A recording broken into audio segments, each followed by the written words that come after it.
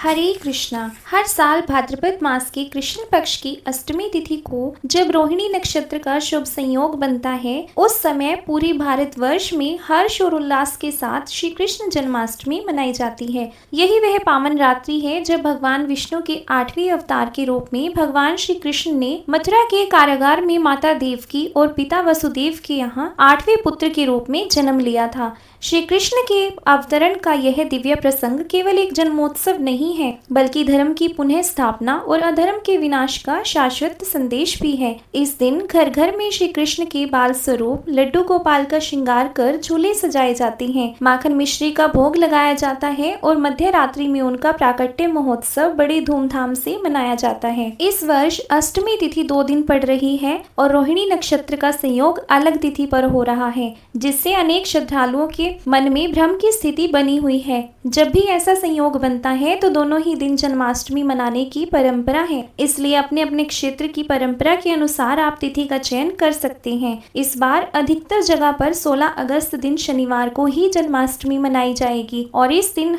दही हांडी उत्सव भी आयोजित होगा और उदय तिथि के अनुसार 16 अगस्त को ही जन्माष्टमी मनाना ज्यादा शुभ रहेगा। हिंदू पंचांग के अनुसार 15 अगस्त की रात को 11:49 से अष्टमी तिथि शुरू हो रही है और वहीं अष्टमी तिथि का समापन अगले दिन यानी 16 अगस्त दिन शनिवार को रात 9:34 पर होगा और रोहिणी नक्षत्र भी 16 अगस्त दिन शनिवार को सुबह 6:07 से प्रारंभ हो रहा है और इस बार अष्टमी तिथि तथा रोहिणी नक्षत्र का मिलान भी नहीं हो पा रहा है, जिसके कारण भ्रम की स्थिति बनी हुई है।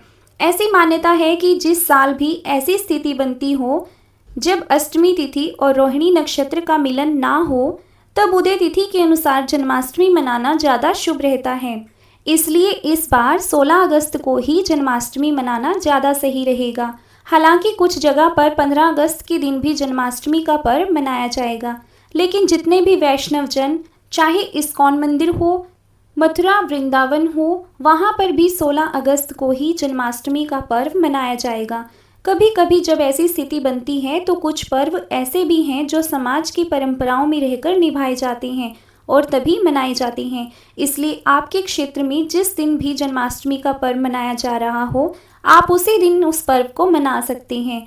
जो लोग 15 अगस्त को जन्माष्टमी का पर्व मना रहे हैं, उन्हें इस दिन रात को 12:04 से 12:47 के बीच में पूजा कर लेनी चाहिए, क्योंकि यह निशिता काल पूजा का मुहूर्त रहेगा। और इसके अलावा जो लोग 16 अगस्त को जन्माष्टमी का पर्व मना रहे हैं, उन्हें दिन भर उपवास रखकर रात को 12:04 से 12:47 के बीच ही मध्य रात्रि की पूजा कर लेनी चाहिए। और इस समय के बाद चाहे आप उपवास को खोल भी सकते हैं, क्योंकि बहुत से भक्त जन्म कराने के बाद रात को व्रत खोल लेते हैं, तो वहीं कुछ लोग अगले दिन सूर्योदय होने के बाद व्रत का पारण करते हैं। 16 अगस्त दिन शनिवार को चंद्रोदय होगा रात 11:51 पर। इस दिन सूर्योदय का समय सुबह 6:07 पर और सूर्यास्त का समय शाम 6:54 पर रहेगा। राहुकाल 9 बजे से 10:30 तक और इस दिन अभिजीत मुहूर्त दोपहर 12:05 से 12:56 तक रहेगा। ब्रह्म मुहूर्त सुबह 4:31 से 5:19 तक रहेगा।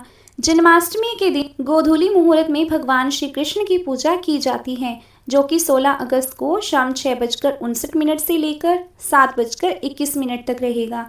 क्योंकि श्री कृष्ण को गौओं से बहुत प्यार था, तो आप इस समय में गौ माता की पूजा या उनकी परिक्रमा कर सकते हैं। इस बार 15 अगस्त शुक्रवार को भद्रा भी लगेगी। भद्रा काल दोपहर 12:58 पर समाप्त हो जाएगा और भद्रा का वास स्वर्गलोक में रहेगा, लेकिन भद्रा को बहुत से लोग अशुभ नहीं मानते, चाहे भद्रा का वास कहीं भी क्यों ना हो। इसलिए जो लोग 15 अगस्त को जन्माष्टमी का पर्व मना रहे हैं, उन्हें भद्रा काल के समय का भी ध्यान रखना चाहिए। जन्माष्टमी के दिन सुबह से लेकर रात तक निर्जला और निराहार व्रत रखा जाता है।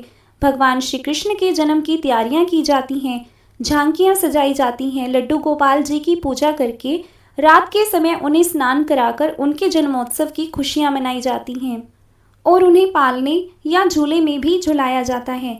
इस दिन भगवान श्री कृष्ण को या लड्डू गोपाल जी को नए वस्त्र धारण कराएं उन्हें नई बांसुरी और मोर पंख धारण कराएं, उनका श्रृंगार करें, काजल लगाएं और दूध भात या माखन मिश्री का भोग अवश्य लगाना चाहिए, जिसमें तुलसी का पत्ता ज़रूर रखें। श्री कृष्ण जन्माष्टमी के ठीक 6 दिन बाद कान्हा जी की छठी भी मनाई जाती है, जो कि इस बार 20 और 21 अगस्त को मनाई जाएगी। जो लोग 15 अगस्त को जन्माष्टमी मनाएंगे उन्हें 20 अगस्त को, और जो लोग 16 अगस्त को जन्माष्टमी मना रहे हैं उन्हें 21 अगस्त को छठी मनानी चाहिए। वैसे तो जन्म के ठीक 6 दिन बाद जो भी गुरुवार पड़ता है उस गुरुवार में छठी मनाना सबसे ज़्यादा शुभ माना जाता है। तो यह थी आज की वीडियो। उम्मीद है आपको पसंद आई होगी। जय श्री कृष्ण।